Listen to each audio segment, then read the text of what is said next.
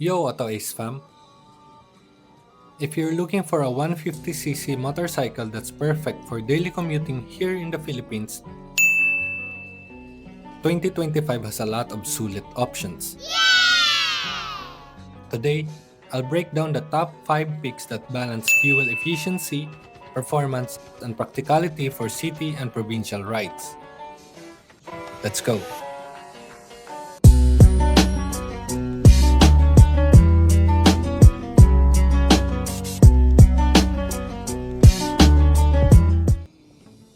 First is the Honda TMX Supremo 150, classic workhorse underbone style motorcycle. 150cc air-cooled engine, super reliable, very low maintenance. Built top for tricycle use, delivery, or long daily commutes. Simple, durable, and cheap to run. Ideal for riders on the budget.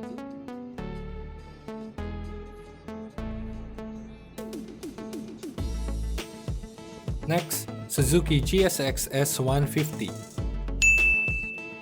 150cc liquid-cooled DOHC engine with 18.9 HP. Naked sports bike style, lightweight and agile in traffic.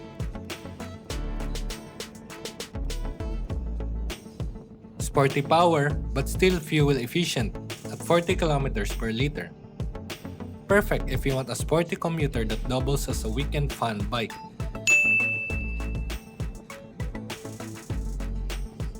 Next, Yamaha FZi 150. Reliable 149cc blue core fuel-injected engine. Known for smooth power delivery and excellent fuel efficiency at 45 to 50 kilometers per liter. Upright seating and comfortable ergonomics.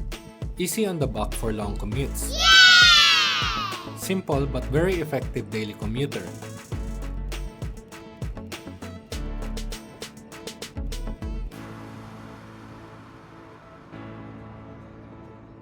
Fourth is the Suzuki Raider R150 Fi.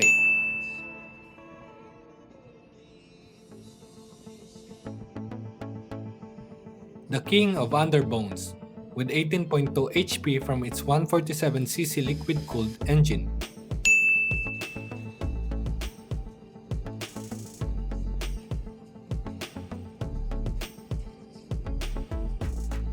Slim, lightweight, and very fast for the class. Perfect if you want speed and style in a daily commuter package.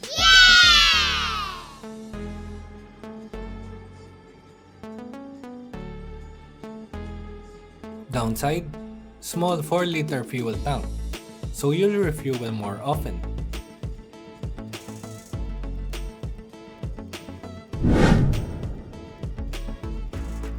And last is the Honda CBR 150R. Sport bike look with daily usability.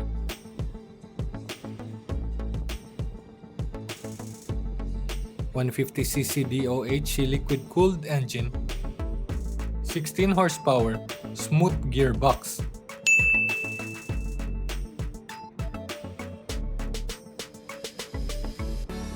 ABS brakes for safety, aggressive styling, and comfy for short to mid commutes.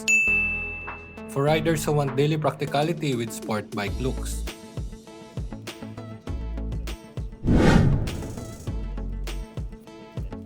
So, AutoAce fam, here's the best 150cc motorcycles for commuting in 2025. Budget and durability, Honda TMX Supremo.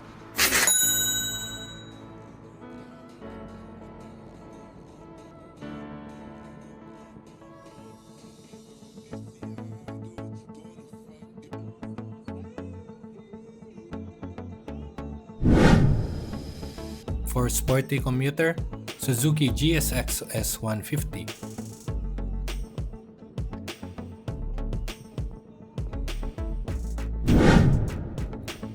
Fuel efficient and comfort, it's the Yamaha FZi 150.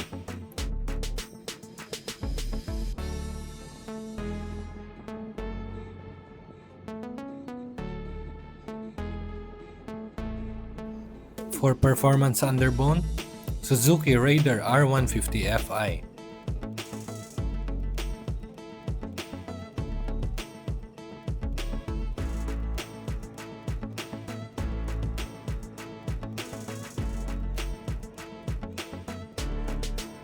For sports bike commuter, choose Honda CBR 150R. Whether you're after tipid gas, daily durability, or sporty looks, there's a 150cc motorcycles for you this year. Which one would you pick for your daily ride? Drop your choice in the comments.